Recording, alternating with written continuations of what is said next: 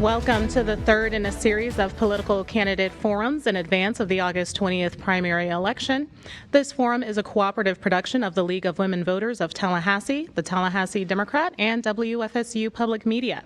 Today's candidates are running for Leon County School Board District 4. I'm Lynn Hatter of WFSU Public Media, and I'm joined by William Hatfield of the Tallahassee Democrat and Danielle Irwin from the League of Women Voters of Tallahassee. We'll be questioning the candidates on various topics. Let's meet the candidates. The candidates for Leon County School Board District 4, sitting left to right, are Lori Lawson-Cox, who is the incumbent in this race, and Jeremy Rogers. For those watching us on social media, please hit the share button and help all your friends see today's discussion. For those at home, here is how the forums are going to work. We will rotate which candidate gets to answer first. We have a lot of questions, so we're going to ask the candidates to keep their answers to about 60 seconds. Actually, probably about more than 45. We're being stingy. Sometimes shorter for follow-ups. We will keep time in a very technical way. You will hear this when you're out of time. You don't have to come to a dead stop right then, but please do finish your sentence, and we are going to keep trucking on. If you're watching on Facebook and you have a question for the candidates, go ahead and type them in the comments, and we'll get to as many of them as we can. Time is very limited. You can improve your chances of your question being asked if you keep it brief and polite, make it applicable to all candidates. Any questions before we start? Then let's jump right in.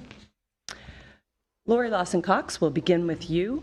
Where is Leon County School District struggling right now, and where is it excelling? 45 seconds. Thank you. Well, thank you all for this opportunity. So the first thing that comes to mind is, I think it's not just a Leon County issue, but it is a state and a nationwide, is just continuing to get good, qualified, highly effective teachers and recruiting teachers. And that's one area that we will continue to work on. So that's an area that we need to continue to strive for. And then the other thing that, and you said the other part of the question is what we're doing well. Where is it excelling? And excelling, I think that we're making great strides in providing resources and support for our schools, and I'm sure we'll get into that a little bit later. And another thing that I think we're doing a really great job on is our safety and security, and we'll talk more about that as well. Thank you. Jeremy Rogers. Yes, ma'am. So where we're excelling is our people. Right. I mean, we are so blessed to have the teachers and the support service staff and the principals. We've got the talent, and where we're failing is paying them. We got to pay them more. They've got to feel valued. They've got to, at minimum, earn a livable wage. And I think that's something I can bring to the table: a bit of creativity and move things around here and there, and figure out how to pay them a little more. Okay, Mr. Rogers, we'll start with you with this next question. What makes you the best candidate for this seat over your opponent? 45 seconds. I mean, just the short answer is I've got a vested interest in this. I'm a father to a 13-year-old girl that goes to Deer Lake Middle School. I'm a firefighter. I own a preschool. I own a summer camp. Early childhood education is super important to me. I also work in the at-risk community, and over 6,000 children have gone through my programs to date. And I just think that brings me the type of well-rounded experience to the table to help lead District 4 into a better place. Thank you. Ms. Cox. So I think what makes me the better candidate, was born and raised, well, wasn't born in Lakeland, but raised in Leon County, went to Leon County Public Schools, taught in Leon County Public Schools for 33 straight years, 36 total, but 33 straight in Leon County. We raised our son. My husband also was an educator in Leon County, went to Leon County schools. Our son went to elementary, middle, and high school and stayed here and went to Florida State. I am so invested in this community. And one thing that I bring to the table is the building of relationships and relating to people, listening to the community, listening to parents, listening to teachers. And having been a teacher, I know how important it is that we value our teachers and listen to our parents. Thanks. All right. So this is a nonpartisan race, but maybe not for long. In this November's general election, voters will be asked to approve or reject an amendment to the Florida Constitution to change the election of the 67 local school boards from nonpartisan to partisan. Should the election of school board members be nonpartisan or partisan? Why? Mrs. Cox, you get to start us out. 45 seconds. So this is something I've talked to a lot of people around the state as well. And to be honest, my personal opinion, I like the fact that it's nonpartisan because we're dealing with children, with minors. And to me, politics should not really be a factor when you're looking at policies and things that you want to see happen. That I do understand where the legislators were coming from. They want, your point of view, your values, maybe that should be a public record, I guess. But I do believe it's a really tough situation. But personally, I like the fact that it's nonpartisan. Okay, Mr. Rogers. I agree with Ms. Cox. I think it should be nonpartisan. This is one of my main focuses is when you start getting partisan, you start inviting extremist groups like Moms for Liberty, and it's not that they don't have a seat or at the table, but man, when you start talking about banning books and censorship as a veteran, I just can't get behind that in any way, shape, or form. Stepping in the void for others as a firefighter and as a nonprofit, founder, I just. It's about the kids. It's about outcomes. It's about getting them outside. It's about keeping them healthy and having a good experience. And I just don't think politics has any place in our schools. And yet lawmakers do. So what is your party affiliation and how does it inform your views on your platform? 30 seconds, Mr. Rogers. So I am a very proud American Democrat. But it doesn't. My party view doesn't apply to my seat. At seat 4 in this race. Like, I care about kids. I care about outcomes. I care about families. That other nonsense, it just doesn't have place. It just doesn't have a place in our school systems. Okay, Mrs. Cox. And so I also am a big believer in what's best for everyone. I am a registered Republican, and I don't make bones about that, but I also have such a heart for our young people, for our teachers, and making sure that we're doing the best thing for our kids. In many ways, this race has already been defined by party politics. The Democratic Party certainly has taken particularly aim at your party affiliation, describing you as an extreme right-wing force on the school board. What do you make of that? And I'm going to ask you the same thing with Mr. Rogers. 30 seconds. To me, I laugh at that. Anyone that knows me knows that's almost, like I said, laughable. I've spent 36 years as a teacher teaching in public schools, and I love all my students. I do try to always do what's best for our parents, for our students, for our teachers, and you can look at my voting record the last year and a half. I don't see where anyone could say I have an extreme view on things. Mr. Rogers. I say follow the money. Look at the campaign donations. These giant corporate PACs that are trying to infiltrate our neighborhoods and our schools, that's scary, man. That's really, really scary, and it just doesn't have a place. If you look at my donations, they're my neighbors. They're small business owners in my district. They're not these giant, dark, scary corporate PACs. What is an example of one of the dark, scary corporate PACs? Do you know? Classic example would be a Moms for Liberty group. Would be political fundraiser for Governor DeSantis. Recently we learned that my opponent's campaign just hired a very heavy hitter in the Republican Party and raised and is there to raise a bunch of money, from those donors. Okay.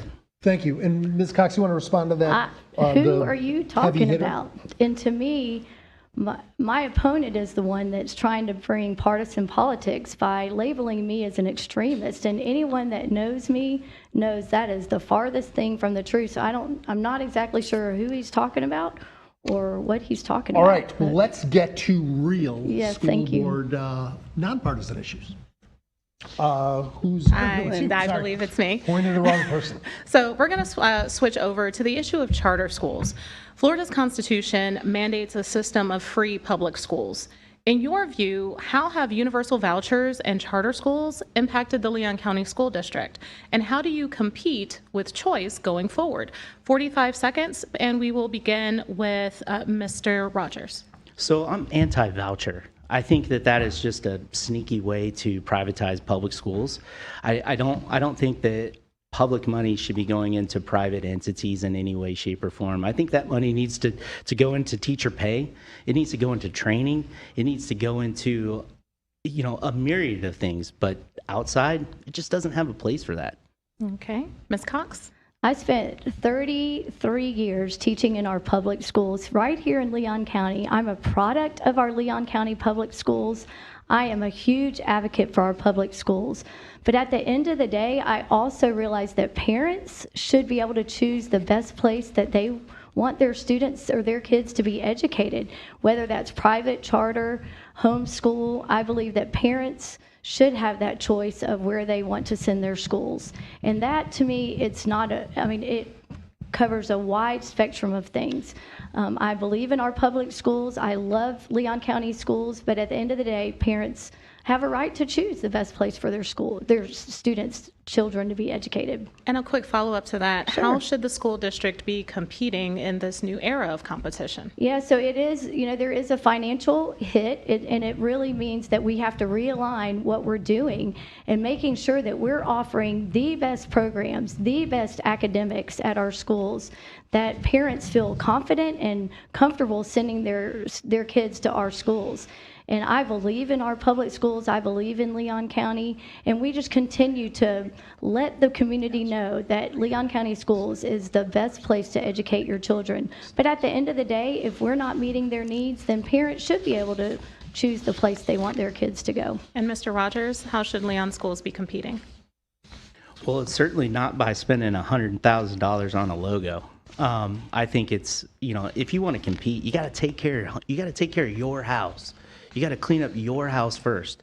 And that starts with paying teachers more, coming up with fun and creative curriculums, getting the kids back outside, farming money out, farming public money to private companies. It's just odd. I don't know why we would even do that. Okay. Why should parents choose to send their child to a Leon County public school over a private or a charter? 45 seconds, please, beginning with Ms. Cox. We have some incredible, I would say the best teachers in our Leon County schools. We have some amazing administrators.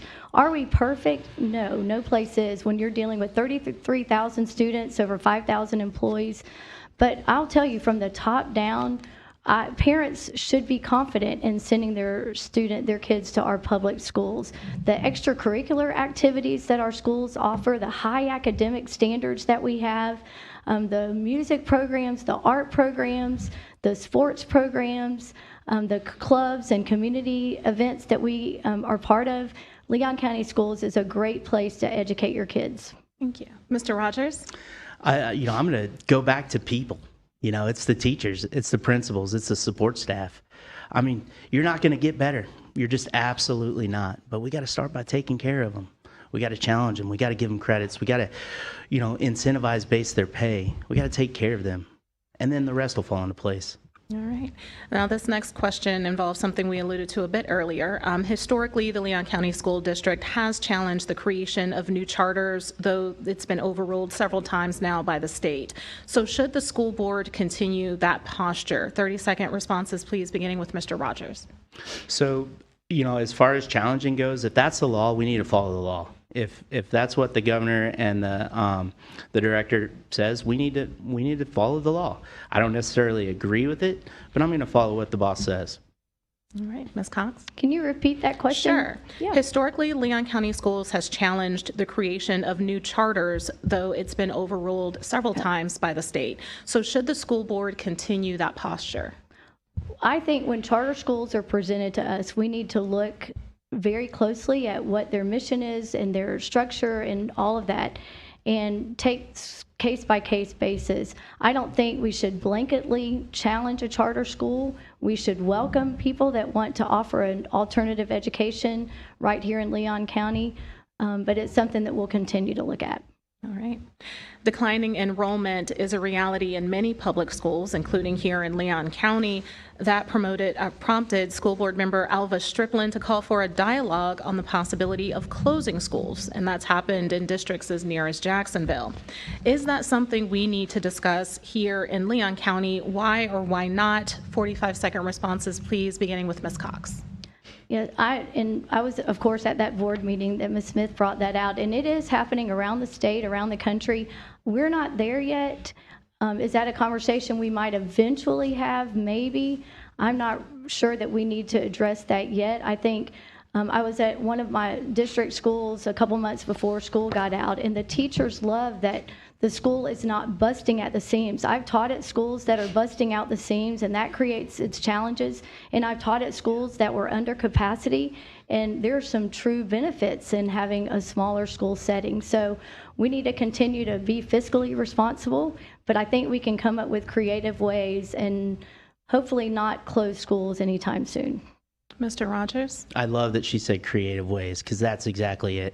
We just got to dig in. We got to roll our sleeves up, and we got to get to work. We got to figure out how we can save those schools.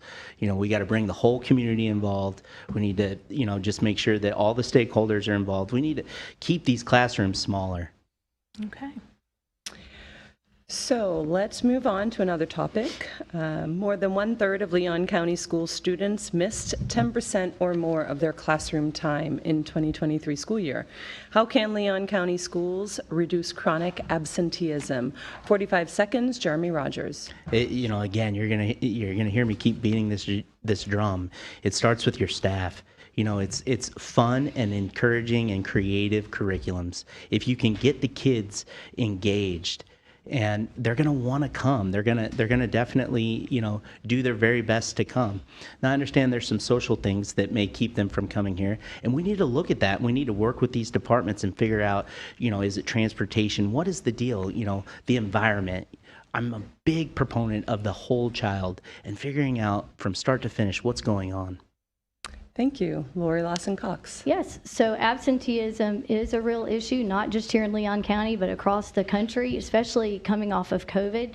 So we have to continue to instill in parents the value of their students, their kids being in school. And, we've got to continue to work on processes that make school and I just lost my train of thought, sorry.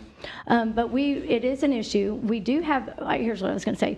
We have some great people in place that are following up with our parents and our families that when their students are absent, we've got some policies in place, and we've got to continue to work with those families that have chronic absenteeism to let them see the value of their kids being in school, because we know when they're in school, they're going to perform better and they're going to learn.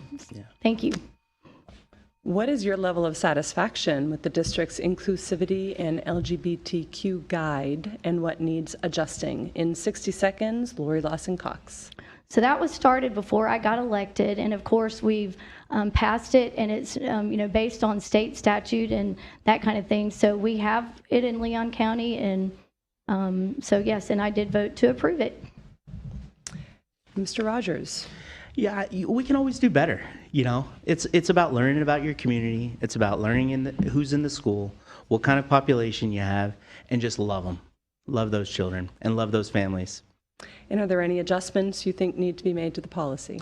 You could always make adjustments. But one thing you can always do better is you could love them just a little bit more. Thank you. In 2017, a study showed that Leon County schools were among Florida's most segregated. Have we made any progress on that, and what do we need to do next? In 45 seconds, Jeremy Rogers. Man, we've got a lot of work to do. And that's, one of my ideas is partnership schools. Maybe partnering Childs with Bond, or maybe partnering, just the affluent school with maybe not so affluent school, and figuring out how we can get these families together and pulling the best and brightest from both schools and just intermingling and just coming together. But we've got a lot of work to do. Thank you. Mrs. Cox. So I'm not sure that we've gotten a whole lot better since 2017 because our schools are community schools. And it's interesting that my opponent mentioned that because that's one awesome thing that I've been able to do this year is talk to some of our schools in our district, partnering with one of our Title I schools, the only Title I school in my district. And so those partnerships are being created with some of the schools. So that's really a neat thing. But that's something that we continually need to work on. Okay, final question in this segment. When is the last time the district did school rezoning? It might anger a lot of people, as parents will choose to buy homes just to land the school of their choice. But some schools are maxed while others aren't. Is it time to talk about this? In 45 seconds, Lori Lawson-Cox. I cannot remember the last time. Well, actually, I think the last time was when Roberts was built, which is I was able to open that school. And it is a contentious issue for sure when you talk about rezoning because families buy homes in an area where they want their kids to go to school. So we have not had those conversations yet. I'm not sure that anyway, we'll continue to look at numbers, and if we do have those conversations, we absolutely will get the community involved. That's not a decision that can be made from the top down. It has to have everyone buying into those decisions because those are tough issues to rezone. You have 45 seconds. Got it. So I agree with my opponent. Getting the community involved, that's first and foremost. But we can beat that, right? If we take care of our teachers and we pay them more and come up with new and creative and exciting curriculums to keep these families engaged, we're not going to have to do that. These schools are going to come up. We need to circle the wagons around the schools that maybe aren't doing so well, and we need to figure out, partner them with the schools that are doing well and figuring out what is working well over here, and maybe it can work over here before we have to make this big adjustment and this big change. Maybe we don't have to. Maybe we can just solve the problem by taking care of our family. Okay. All right, jumping on to rebranding, which was referenced earlier. What do you think of the school district's new logo and rebranding campaign? And have you seen any results so far? Mr. Rogers. I think it was a complete blunder and a wasted opportunity. As a business owner, I get it. I get the branding and things, but you stole an opportunity from so many kids that could have designed that, and you could have had contests. There's just so many ways that you could have spent that amount of money and accomplished the same job. So I'm disappointed by it. Thank you. Mrs. Cox. So those were discussions that were started even before I got on board, and it was something that was a long process coming, and it was a lot of money, and it is a lot of money. And could we have done a lot better job on that? Absolutely. What do you think the reaction was so brutal on social media to the new logo, and what did you learn from the process? Just 15 seconds on that. I think we could have done a better job communicating to the community what was happening and what was going on, and the way it was rolled out, I think, could have been handled a little better. Mr. Rogers? Simply put, we just took public money and we wasted it. Okay. And we're back to district management. All right, this next section is focused on district management and faculty. Report card time. What letter grade would you give our superintendent and why? And what does he do well and what can he improve on? 45 seconds, beginning with Ms. Cox. So I've known our superintendent for we went to high school together. My father-in-law coached him. My husband coached him. We're not close friends, but I've enjoyed working with him this last year and a half. Is he perfect? Absolutely not. Do I wish he had a better relationship with our governor and our legislators and commissioner of education? Yes, and I'm working with him on those things. Some things that he does exceptionally well. He cares about our kids, our families, our community. He was one of the most beloved principals at Leon High School. He's also very fiscally conservative, and I have loved working with him. Letter grade? Oh, yeah, letter grade. In light of all that, A-, B+, I think we can do a better job of communication. All right. Mr. Rogers. Would you mind repeating the question? Sure. What letter grade would you give our superintendent and why? What does he do well and where can he improve? So I'd say a C. I'd give him a C. Yeah. C because he cares. There's no doubt that that gentleman cares about our community and he cares about our kids. But I just can't get on board with some of the wasteful spending and the projects to nowhere. It's just odd. I'm curious. I'm just curious why. I'm scratching my head why often. What is an example of a project to nowhere? Yeah, well, I would say that the school logo. Why are we spending $100,000 on a school logo, robbing plenty of kids the opportunity to design or draw that? I also have some questions about security. Okay. Contract negotiations have begun again with the Leon County School Teachers Union. Past bargaining sessions have gotten pretty contentious. So what's your advice for the superintendent in keeping negotiations productive? 30-second responses, please, beginning with Mr. Rogers. Pay them more. They deserve a livable wage. You should be able to afford the neighborhood that you're living in. Okay. And Ms. Cox. I'd say continually open communication. Communication, when you sit down and have a conversation with someone, you can see their point of view, they can see your point of view. Things are not always as easy as they seem, but we do need to work to pay our teachers more and our staff members more.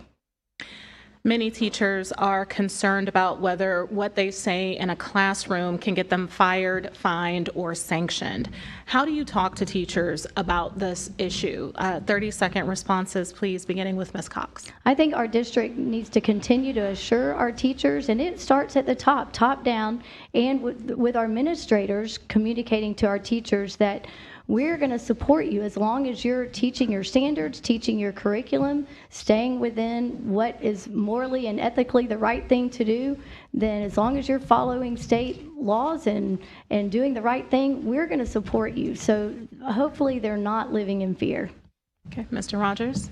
So I can tell you they're living in fear and wholly toxic environment. So I've been knocking on doors, hundreds of doors, and I come across a lot of teachers, and one, for instance, and I hope she's watching, she said, I'm going to support you, I'm going to vote for you, but I can't put a sign out in my yard. I'm afraid of retribution. That says it all. A sign for supporting a different candidate. That's fear. That's toxic, and we need change.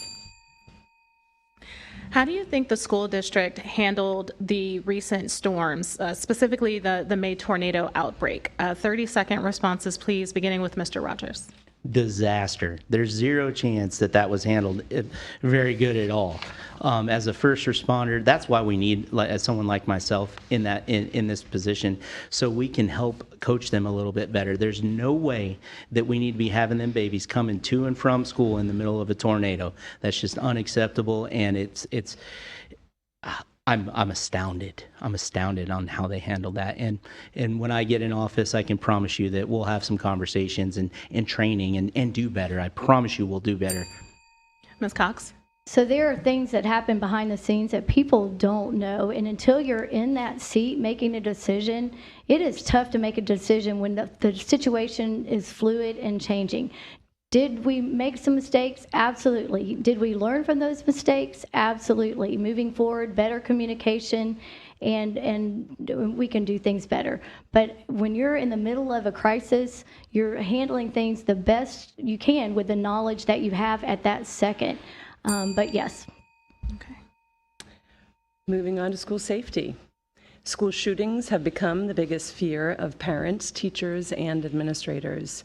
How would you, as an elected school leader, ensure such a thing can't happen in Leon? 45 seconds. Mr. Rogers, will begin with you. I would put sworn law enforcement officers that can do threat assessments in all of our public schools. Recently, we had some of our elementary schools lose sworn officers that can do those threat assessments. And so that's also unacceptable. We need to have our best and our brightest in Leon County, our sworn officers being able to make those threat assessments, protecting those babies. Mrs. Cox. Safety and security is one thing. I am so proud of Leon County Schools, and I've watched it from the first time SROs, school resource officers, came into Leon High School way back in the day. And our school safety and security team is top notch. We're one of the leading districts in the state of Florida, if not the nation. What we've done in Leon County Schools is second to none. This past year, we've added another resource deputy into all of our high schools. We have resource officers from the Leon County Sheriff's Department at all our middle schools.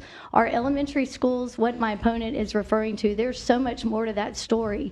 But we do have armed guardians at every elementary school. They are top-notch, highly trained, and I love what we're doing in safety and security.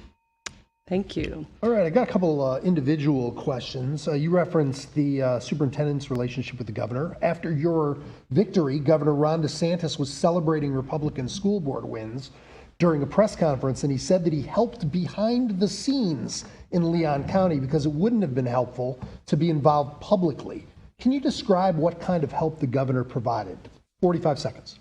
Yeah, there was, I'm sure, some money that trickled down through a PAC of his that was helpful, yes. But not, in Leon County, it's tricky because, again, I do not like to get involved in partisan politics. Anyone that knows me, I have many friends that are Democrats and supporters that are Democrats. I have friends that are Republicans, and I have supporters that are Republican.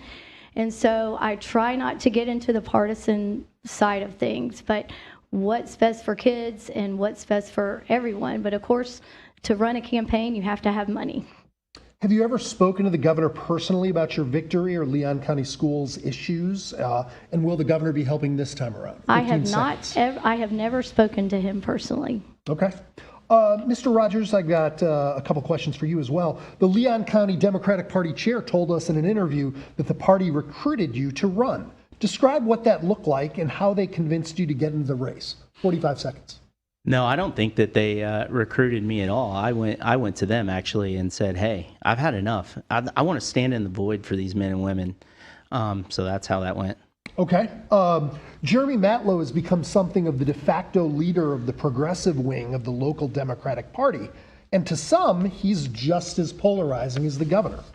He obviously strongly supports your campaign. What's an area you disagree with Matlow on? 30 seconds.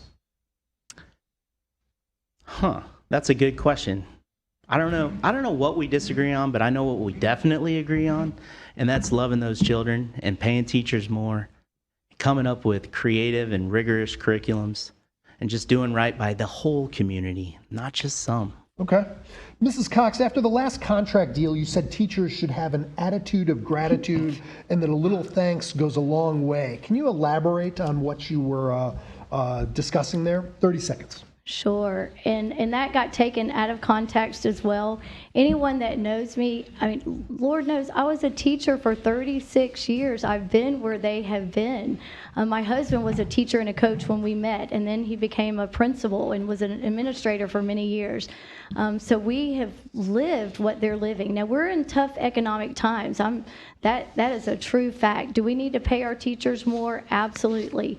But at the end of the day, we live in a great community. Teaching is one of the best professions, and I think it's a lifelong lesson to be grateful. Thank you. Mr. Rogers, the Democratic Party has described your opponent as an extreme right-wing politician. What are the two most extreme actions the incumbent has taken on Leon County's school board during your tenure? 30 seconds. Follow the money. Those large amounts of money coming from those coal What about packs, actions? taking the money. Okay. But as far as policy? The actual taking of the money and putting it in your campaign. Okay. Thank you. I'm done with my individual questions. And I think we will pick up on district management. I think we just we already did that. We Thank already you. took. Sorry, I screwed us all up by going out of order. Okay, you're stuck with me. The conservative parents' right group, Moms for Liberty, has become a potent force in school board politics around the state and nation.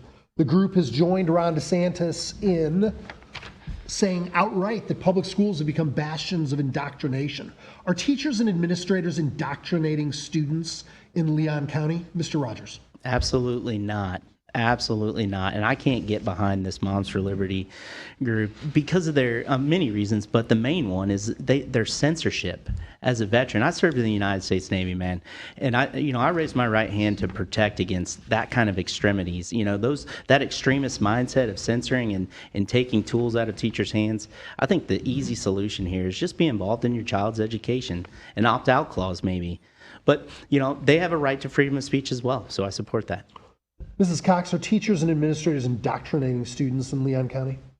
So having been a teacher here in Leon County, I never personally saw that indoctrination. Are there a few teachers that could allow their public or their personal views on social and political issues into the classroom? Absolutely. And I think right after COVID, we saw a few evidences of that. And so is it a widespread thing here in Leon County? I personally don't believe so. Would you seek or accept the endorsement of Moms for Liberty, and can you describe your relationship with the group or its members? 30 seconds. For me? Yeah, and I think I said this 2 years ago. I have friends that are, a couple friends that are in Moms for Liberty. I also have many friends and many supporters that do not align with Moms for Liberty. But at the end of the day, when you look at what Moms for Liberty, they truly were concerned about what was happening in the schools coming off of COVID. And parents have a right to be involved in their schools.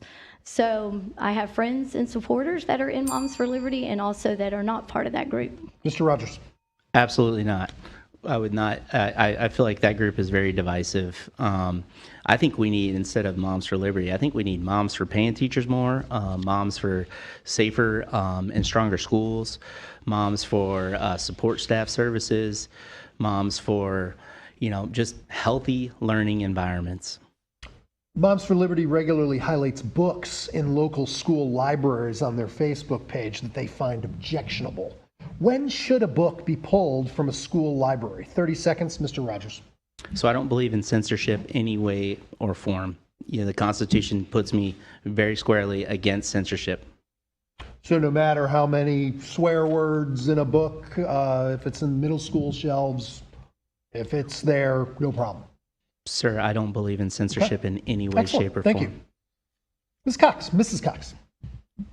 I've stood behind this. I'll say it again. I do believe we need to make sure what is in our media centers and in our schools is age appropriate. Many times books are donated to our schools and they're not even really looked at. I don't believe we're banning books at all. I think that we're making sure that they're age appropriate. Public school it's mandatory education, compulsory education.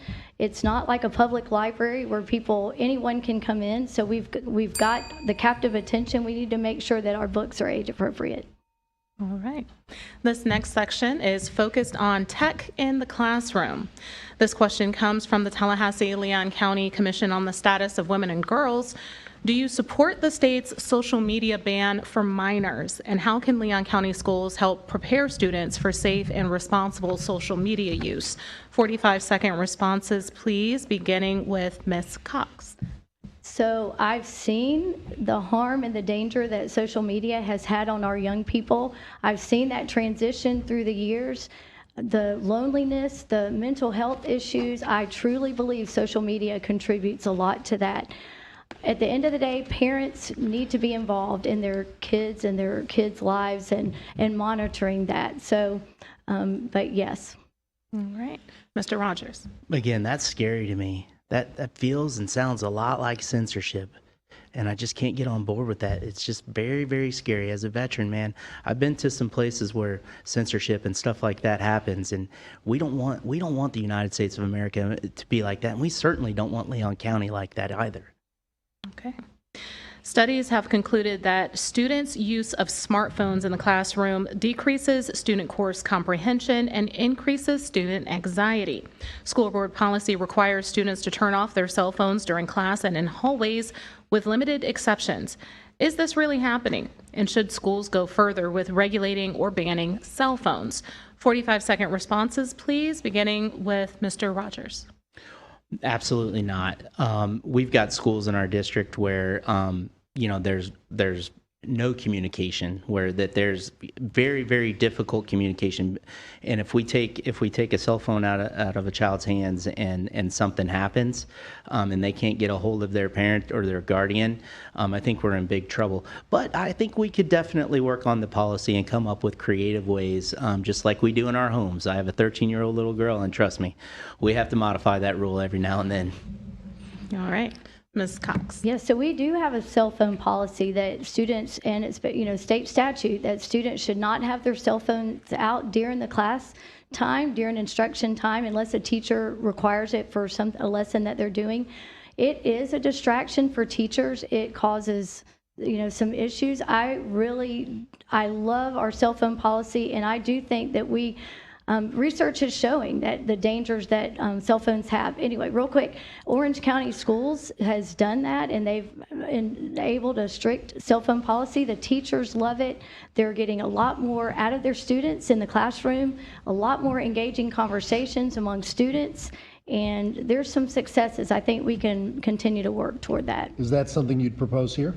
We're moving toward that, absolutely. I would be willing to have those conversations with parental support as well. Mr. Rogers, I see you shaking your head.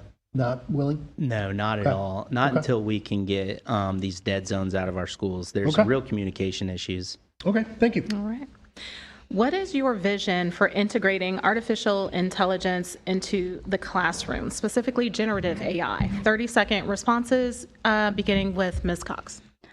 So AI, it's not something I'm totally familiar with. I know it's coming. I know it's already here, actually. And those are some things that we're going to have to navigate with our students, with our teachers. It can be a benefit, too, when you're writing long reports as a teacher, especially our ESC teachers. There are definitely some benefits to AI, but it's also, there are pros and cons to that as well. So those are some things that we've got to continue to work on and create some policy around. Mr. Rogers. Hey, it's exciting. AI is so exciting, and it is here whether we like it or not. So we need to figure out a way to embrace it. But you know what's even more exciting? Playing outside. Getting those kids outside and keeping the main thing, focusing on education and outcomes. All right. We're going to move on to health. This next question was inspired by the Tallahassee-Leon County Commission on the Status of Women and Girls. Should Leon County schools be more involved in supporting student mental health and resiliency? And if so, how? You have 45 seconds for your response. Jeremy Rogers. So I would absolutely and will when I retain that seat, I promise you I'm going to advocate for mental health counselors in every school. I know we have social workers, but I want mental health counselors in those schools. Also for the staff and the support staff, not only the children, but the whole school. It's a tiny community, and there's people struggling, and we need to be there for them. Instead of farming money out to private schools, let's take care of our house. Thank you. Mrs. Cox. We have made great strides in this area. It is an issue. I mean, not only with our students, but with our teachers as well.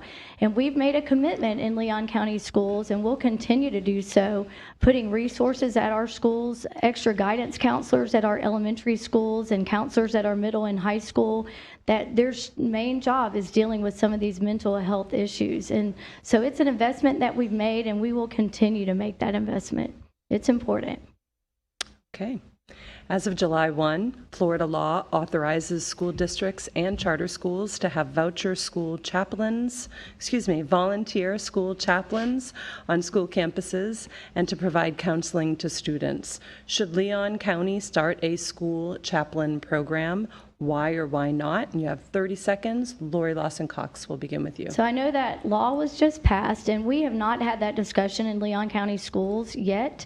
If that's something that parents are really on board with and a school really wants to have, I think those are some conversations that could be had.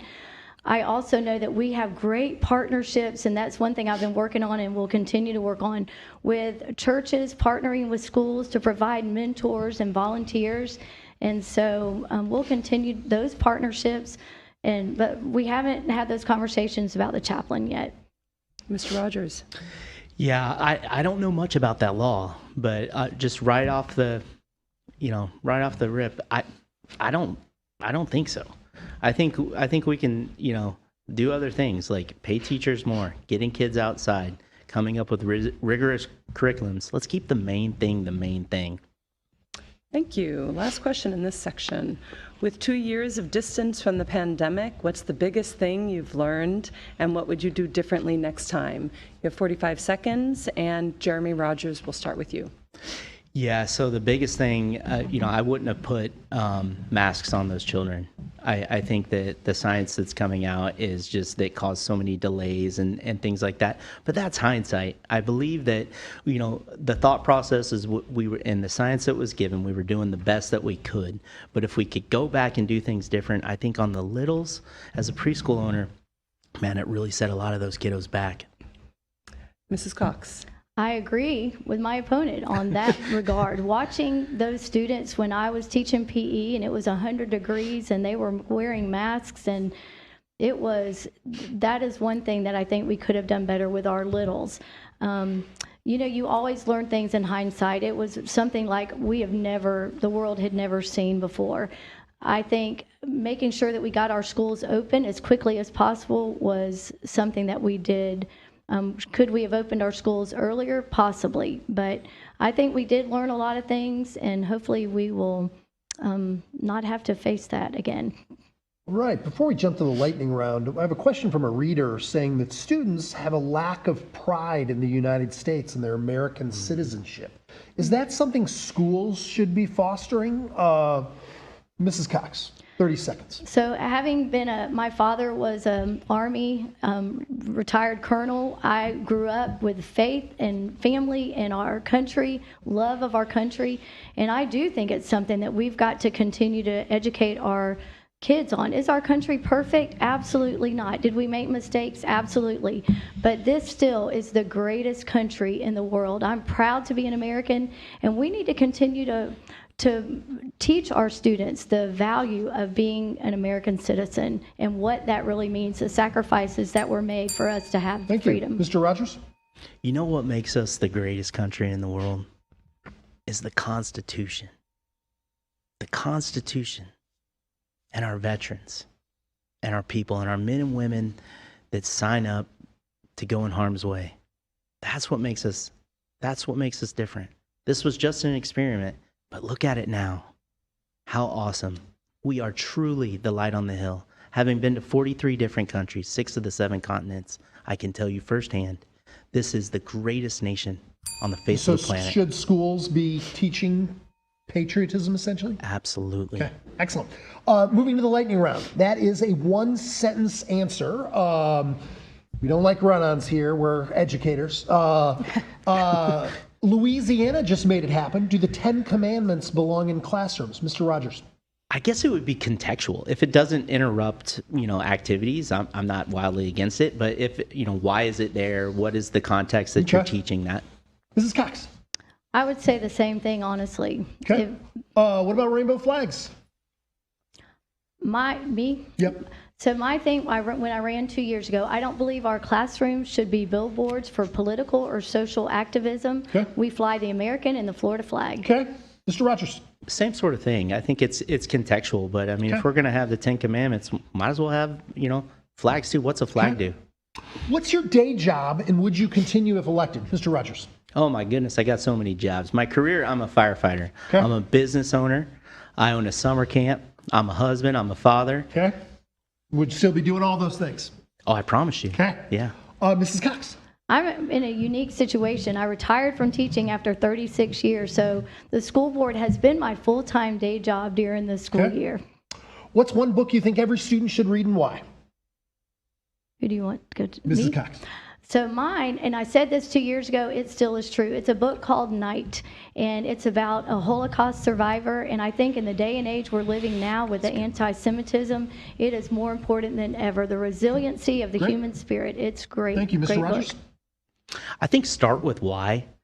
I feel like kids today are kind of lost and they don't know where to go and how to pick a career field. And that book's by Simon Sinek.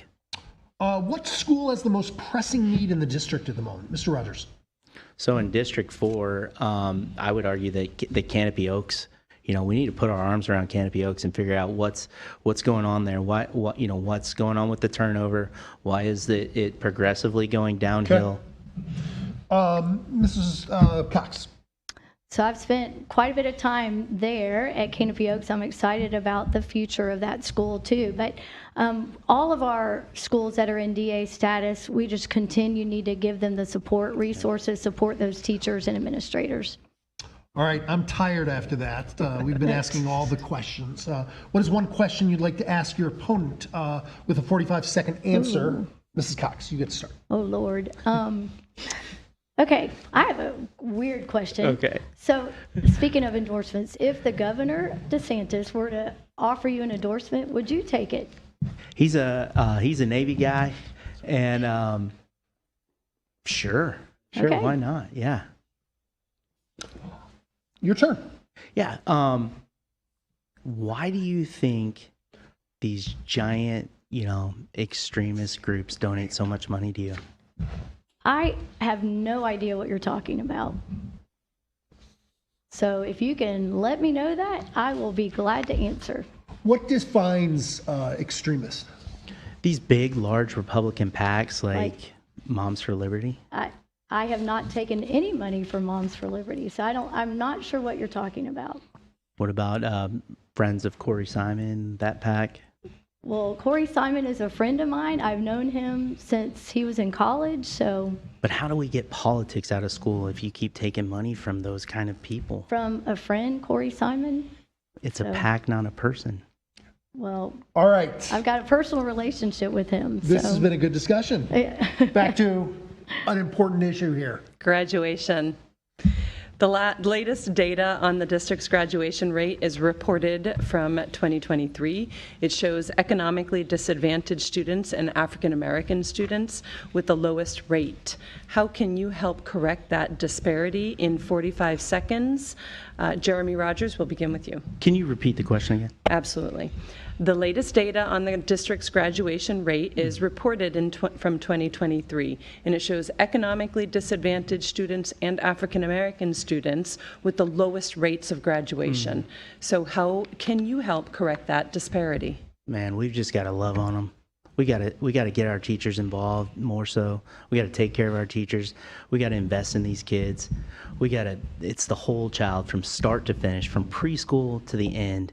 We need to develop a connection with them. That way they know that, I'm a product of that environment. And man, if it wasn't for public schools and my teachers and my mentors, I wouldn't be lucky enough to be sitting here. So yeah, we got to love on them. Thank you. Lori Lawson-Cox. So some things that we've started working on, we've got to continue to get mentors, volunteers in our schools, especially those Title I schools. And one thing that I really am excited about seeing is career tech opportunities starting at the elementary school. My goal is to have a career tech opportunity in every elementary, middle, and high school, and just helping students see the value of a job if they're not going to go to college, but at least finishing out high school with a purpose is so important, critical. Thank you. This next question is also inspired by the Tallahassee-Leon County Commission on the Status of Women and Girls. What would be your approach to career guidance and mentorship programs to help students explore diverse career paths and prepare for future employment? Lori Lawson-Cox, you have 30 seconds. So we have a great partnership, of course, with Lively, one of our schools, and we also created an Educator Workforce Academy through the Chamber of Commerce this year, and getting our educators involved in the business community, and the business community giving advice on how we can better train our kids, even starting in elementary school, on a career path and getting excited about career opportunities and something that they could look forward to. And so I think continuing to build relationships and partnerships with our businesses, local leaders is crucial. Mr. Rogers. Yeah, I think doubling down on those trades, firefighter and police, EMS, building construction, things like that. We need plumbers. We need electricians. We need these people. Also on the flip side too, like guys, business community entrepreneurs, teaching kids how to be creative, how to utilize what. Why is this bottle of water worth it? for you to buy. I think that's just an invaluable skill set that we can have. And we got those leaders in this community. We can do this. Thank you. All right. Coming up on our last question here, a legal settlement was recently reached with the state of Florida regarding the Parental Rights in Education Act, also known as the Don't Say Gay law. How do you anticipate the settlement agreement applying to classroom instruction? 30-second responses, please, beginning with Mr. Rogers. I think we just need to love our gay community, and we can't love them enough, to be honest with you. So all that nonsense is just nonsense to me, and we need to keep the main thing, and worrying about reading, writing, and arithmetic, paying teachers more, and getting kids outside. All right. Ms. Cox? So I do believe that we love and support every one of our students, every student that walks through the door, no matter what race, what gender. We've got to love them and support them and make sure we have the teachers in place that can do that. And again, I don't believe that our teachers, and I don't believe many in Leon County are doing this, but our teachers should not be politically or socially active, that their personal views should not be influenced in the classroom. And when we were growing up, you never knew where your teacher stood on politics or any of that. And we just continue to teach our standards, love the kids, love our students. Thank you. It is closing time. Y'all made it. You have 60 seconds to speak directly to voters. You can drop your website, whatever else you want to say directly to voters. Mr. Rogers, you get to start us out. Well, first, I'd just like to say thank you, WFSU, League of Women Voters, and the Tallahassee Democrat. This has been such a cool experience, and thank you, Ms. Cox, for your service to our community. I'm a dad, a firefighter, a Navy veteran. I own a preschool and a summer camp in my district. I'm here for the kids. I'm here for the right reasons. I'll make y'all proud. I've been making you proud. I'm going to continue to make you proud. And we're going to look after, paying teachers more. We're going to get after it. I'm going to stand in the void like I've always done for our community and our teachers. Ms. Cox? Okay. So I have spent my entire career in 36 years teaching, and I love students, I love families, and I love people. And it has been the greatest joy to get to serve on the Leon County School Board only for the last year and a half. So I just was elected in 2022. I would love your support to continue on for 4 more years.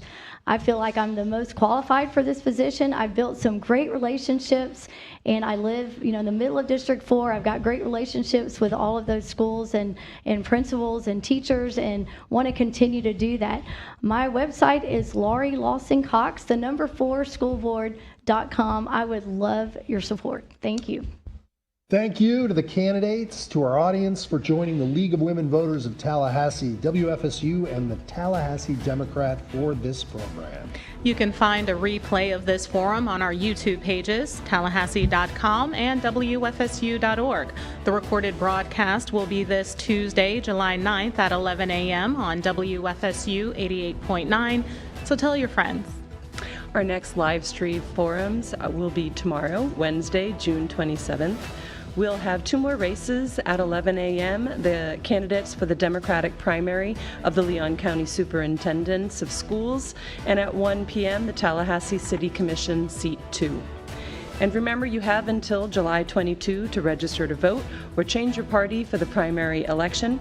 Early voting begins August 10th, and Election Day takes place on August 20th. If you have any questions for any of our upcoming forums, please email us at news@tallahassee.com.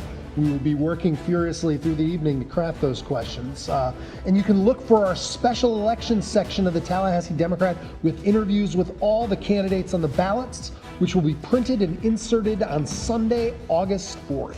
Thank you all for joining us, and have an excellent day.